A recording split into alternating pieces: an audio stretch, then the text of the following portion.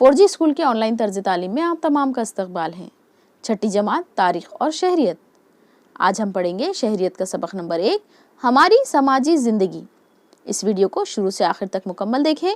Video کے آخر میں سوالات کے تعلق سے آپ کو کچھ اہم بات بتائی جائے گی، اور اگر ابھی تک آپ نے ہمارے چینل 4G اسکول کو سبسکرائب نہیں کیا ہے تو ہمارے چینل 4G اسکول کو سبسکرائب کریں، بیل آئیکن کو پریس کرنا نہ بھولیں، اس ویڈیو کو لائک اور شیئر ضرور کریں۔ تو شروع سے آخر تک اس ویڈیو کو مکمل دیکھیں۔ تو چلیے آج کی اس ویڈیو کی ابتدا کرتے ہیں۔ ہماری سماجی زندگی۔ آج اس ویڈیو میں ہمیں اس سبق کے جو نکات پڑھنا ہے ان کے بارے میں دیکھتے ہیں کہ ہمیں کیا دیا ہوا ہے۔ 1.1 انسان کو سماج کی ضرورت کیوں محسوس ہوئی، 1.2 انسان کی اجتماعیت، 1.3 ہماری ترقی، اور 1.4 سماج یعنی کیا۔ آپ کو یہ سبق ان 4 نکات کے تحت مکمل کرنا ہے۔ تو چلیے شروعات کرتے ہیں۔ 5ویں جماعت کی درسی کتاب میں آپ نے انسان کے ارتقاء کے بارے میں پڑھا۔ ہماری موجودہ سماجی زندگی ہزاروں سال کے ارتقائی مرحلوں سے گزر کر تشکیل پائی ہے۔ انسان نے خانہ بدوشی کی زندگی سے مستقل سماجی زندگی تک سفر کیا۔ تصویر میں دیکھیے، یہاں پر قدیم دور سے بتایا ہوا ہے کہ کس طریقے سے انسان ترقی کرتا گیا۔ پہلے وہ غاروں میں رہتا تھا، پھر اس نے بستیاں بسائی، اور آج کا دور تو آپ کو معلوم ہے کہ کمپیوٹر اور موبائل کا زمانہ ہے۔ اب اس کے آگے کی تصویر آپ کو اپنے ذہن میں بنانا ہے کہ آئندہ 50 برسوں کے بعد ہمارا سماج کیسا ہوگا۔ اس بارے میں گفتگو کیجئے، ہو سکتا ہے تو تصویر اتاریے یا پھر اپنے خیالات لکھیے۔ انسان کو سماج کی ضرورت کیوں محسوس ہوئی؟ کسی فرد یا سماج کی ترقی کے لیے مستقل اور محفوظ اجتماعی زندگی ضروری ہے۔ خانہ بدوشی کی زندگی میں انسان کو یہ استقلال اور تحفظ حاصل نہیں تھا۔ خانہ بدوشی یعنی کہ ایک جگہ پر نہیں رہنا۔ آپ نے دیکھے ہوں گے کہ کئی قبائل آج بھی ایسے ہوتے ہیں جو کچھ دنوں کے لیے ایک جگہ پر رہتے ہیں اور پھر بعد میں چلے جاتے ہیں، اسے خانہ بدوش کہا جاتا ہے۔ اور انسان کو اس طرح کی زندگی میں کوئی تحفظ حاصل نہیں تھا۔ گروہوں میں رہنے سے تحفظ ملنے کی آگاہی حاصل ہونے سے انسان مل جل کر رہنے لگا۔ یعنی جب انسان نے قدیم زمانے میں سوچا کہ اگر کوئی جھنڈ میں یا مل جل کر رہا جائے تو اسے تحفظ حاصل ہوتا ہے، یعنی جنگلی جانوروں سے اس کی حفاظت ہوتی ہے، دوسرے حملہ آوروں سے اس کی حفاظت ہوتی ہے، تو اسی لیے اس نے مل جل کر رہنا شروع کیا۔ سماج کی تشکیل کے پس پشت یہ ایک اہم ترغیب ہے۔ سماج میں روزمرہ کے معاملات بہتر طریقے سے انجام پائے، اس لیے انسان کو اصولوں کی ضرورت محسوس ہوئی۔ اس ضرورت کے تحت رسم و رواج، روایات، اخلاقی قدریں، اصول اور قوانین وجود میں آئے، جن کی وجہ سے انسان کی سماجی زندگی مزید مستحکم اور منظم اور مستحکم ہو گئی۔ یعنی کہ انسان نے جب محسوس کیا کہ وہ ساتھ میں مل جل کر رہنے لگا ہے، اب مل کے رہنے کے لیے بھی اسے کچھ قوانین بنانے پڑے، جیسے کہ کسی کے گھر میں کوئی بلا اجازت کے نہ جائے یا کوئی کسی کی جگہ پر قبضہ نہ کرے۔ تو ایسے قوانین اور کچھ روایات بنانے پڑے، کچھ رسم و رواج بنانے پڑے، جیسے آپ دیکھتے ہیں کہ شادی کی رسم و رواج ہے۔ تو اس طریقے سے ان قوانین کی ضرورت وجود میں آئی، اور ان قوانین کے بننے کے بعد ہی جو سماجی زندگی ہے مزید مستحکم ہو گئی اور منظم طریقے سے چلنے لگی۔ اب ہم دیکھیں گے 1.2 انسان کی اجتماعیت۔ انسان فطری طور پر سماجی اجتماع پسند ہے، یعنی کہ انسان جو ہے سماجی جانور ہے۔ یہ قول ارسطو نے کہا ہے، جو کہ ایک ماہر فلسفی ہے، ایک ماہر سیاسیات ہے۔ ہم سب کو مل جل کر سب کے ساتھ اور انسانوں کے درمیان رہنا پسند ہے۔ سب کے ساتھ گھل مل کر رہنا، جہاں خوشی کی بات ہے وہیں یہ ہماری بھی ضرورت ہے۔ آپ دیکھتے ہیں کہ اکیلے آپ کا دل نہیں لگتا۔ اگر آپ کو کہیں اکیلے جنگل میں جا کے چھوڑ دیا جائے تو آپ زیادہ دن نہیں رہ سکیں گے۔ اسی لیے انسان جو ہے سماج میں رہنے کا عادی ہے، وہ سماج میں خوش رہتا ہے۔ ہماری بے شمار ضرورتیں ہیں، غذا، لباس، مکان ہماری جسمانی ضرورتیں ہیں۔ ان ضرورتوں کے پورا ہونے پر ہمیں استحکام حاصل ہوتا ہے، لیکن انسان کے لیے اتنا ہی کافی نہیں ہوتا۔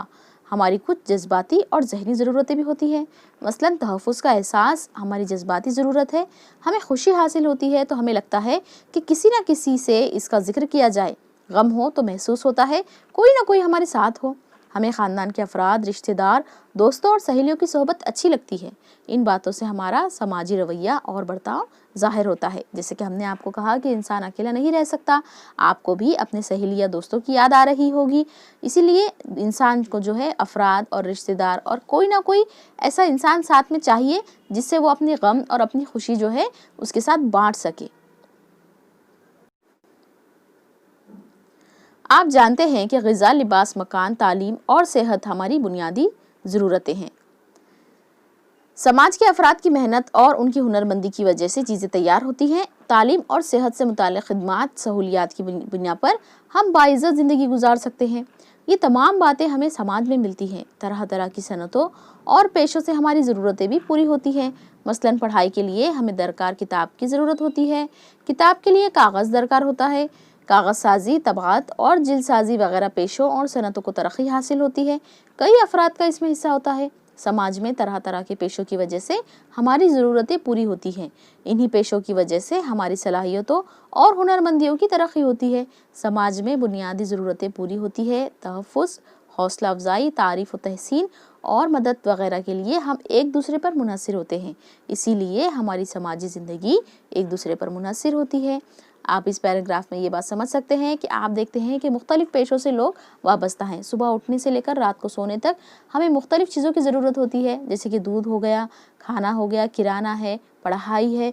इन तमाम चीज़ों के लिए हमें दूसरों पर मुनहसिर रहना पड़ता है। आप खुद से कापी नहीं बना सकते, आप खुद से दूध नहीं निकाल सकते, आप खुद से जो है किराने का सामान नहीं ला सकते, या आप खेती ज़राअत खुद से नहीं कर सकते। इसके लिए आप दूसरों पर डिपेंड रहते हैं, आप दूसरों पर मुनहसिर रहते हैं, और इसीलिए समाजी ज़िंदगी जो है एक दूसरे पर मुनहसिर होती है। यहाँ देखिए, आपको एक अमल बताया हुआ है। सुबह बेदार होने के बाद आपको जिन चीज़ों की ज़रूरत पेश आती है, इनकी एक फहरिस्त बनाइए। मालूम कीजिए कि इनमें से कम से कम 5 चीज़ें बनाने में और आप तक पहुंचाने में किन किन लोगों का ताउन शामिल होता है। अब हम देखेंगे 1.3 हमारी तरक्की। हर इंसान में फितरी तौर पर कुछ खूबियाँ और सलाहियतें होती हैं, वो खफ्ता हालत में होती हैं। इनका इर्तिखा समाज की वजह से होता है। आपस में गुफ्तगू करने के लिए हम ज़बान का सहारा लेते हैं, लेकिन वो हमें पैदाइश के वक्त से नहीं आती। हम इसे आहिस्ता आहिस्ता सीखते हैं। इब्तिदा में घर में बोली जाने वाली ज़बान सीखते हैं। अगर हमारे पास पड़ोस में अलग ज़बान बोलने वाले लोग हों तो हमें इस ज़बान का तारुफ भी हासिल होता है। स्कूल में मुख्तलिफ ज़बानें सीखने का मौका मिलता है। यानी आप देखते हैं, छोटा बच्चा जो होता है उसे बोलना नहीं आता, लेकिन आपके सुन के, घर के अफराद का सुनकर वो भी वो ज़बान सीख लेता है। इसी तरीके से अगर कोई आपके आस पड़ोस में दूसरे ज़बान बोलने वाले लोग हों तो वो ज़बान भी ये बच्चे सीख लेते हैं। हमारे अंदर आज़ादाना तौर पर गौर ख़ौस करने की सलाहियत भी होती है। मसलन मज़मून का मौजू तमाम तलबा को एक ही दिया जाता है, मगर 2 मज़ामीन एक जैसे क्यों नहीं होते? क्योंकि इनमें ख़यालात का इजहार किया जाता है। वो ख़यालात मुख्तलिफ होते हैं। हमारी जज्बाती सलाहियतों, क़ुव्वत फ़िक्र में समाज की वजह से इजाफ़ा होता है। समाज की वजह से हमें ख़याल पेश करने और जज्बात को ज़ाहिर करने का मौका हासिल होता है। यानी कि हमें समाज में रहकर अपने ख़यालात का इजहार करने का मौका मिलता है। जैसे कि आपने देखे हैं, अगर आपकी क्लास में उस्ताद कोई सवाल पूछते हैं कि जैसे कि आपको कौन सा त्यौहार पसंद है, तो हर बच्चे का जवाब अलग अलग होता है। या फिर आपको कौन सा का रंग पसंद है, या आपको कौन सा मौसम पसंद है, तो इसमें आप अपने हिसाब से इजहार ख़याल करते हैं। और इसीलिए समाज के तमाम अफराद जो है ये अलग अलग ख़याल के होते हैं, लेकिन वो यकजा होने की वजह से समाज बनता है। इंसान में फ़नून और खूबियों का इर्तिक़ा भी समाज की वजह से होता है। गुलकार यानी कि गाना गाने वाले, मुसव्विर तस्वीर उतारने वाले, साइंसदान साइंस की रिसर्च करने वाले, मुहिम जो किसी भी मुहिम को सर करने वाले, जैसे कि कई पहाड़ पर चढ़ना या समंदर की गहराई में जाना वगैरह, समाजी खिदमतगार समाज के लोग जो सोशल वर्कर हम कहेंगे उन्हें, और इस तरह के कई अफराद की खूबियाँ समाज की तरगीब और पश्त-पनाही की वजह से तरक्की पाती हैं। इनको दी जाने वाली तरगीब भी इतनी ही अहम होती है। आप देखते हैं कि कई सोशल वर्कर्स हैं और वो लोग बहुत काम करते हैं समाज के लिए। ये तमाम की तरक्की जो है इसी समाज में होती है, यानी इसी को हम कह सकते हैं कि ये जो है हमारी तरक्की की बुनियाद है। यानी इंसान अपनी सलाहियतों का इस्तेमाल करके अपनी ज़िंदगी में तरक्की के मौक़े हासिल कर रहा है। इंसान में फ़नून और खूबियों का इर्तिक़ा भी समाज की वजह से होता है, ये हमने देख लिया है। और अब हम देखेंगे 1.4 यानी कि समाज यानी क्या। समाज यानी माशरा। समाज में तमाम मर्दोज़न, जवान, बूढ़े, छोटे लड़के लड़कियां शामिल होती हैं। हमारे ख़ानदान समाज का जुज़ होते हैं। समाज में मुख्तलिफ ग्रोह, इदारे, तंजीमें होती हैं। लोगों में बाहमी ताल्लुक़, आपसी कारोबार और उनके दरमियान लेन देन वगैरह का शुमार भी समाज में होता है। इंसानों का ग्रोह या हुजूम का मतलब समाज नहीं होता, बल्कि कुछ यकसा मकासद की तकमील के लिए जब लोग यकजा होते हैं तब इनका समाज बनता है।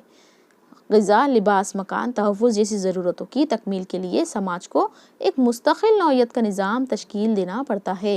यानी कि हमने देखा कि समाज मतलब ये है कि सिर्फ लोगों का ग्रोह नहीं होना चाहिए, बल्कि उनकी सोच, उनका काम करने का तरीक़ा एक निज़ाम के तहत चलना चाहिए। यानी कि बहुत सारे लोग आ गए तो उनमें वो झगड़े कर रहे हैं तो हम इसे समाज नहीं कहेंगे। उनके झगड़े सुलझाने के लिए, उनके मसाइल हल करने के लिए एक निज़ाम का होना ज़रूरी है।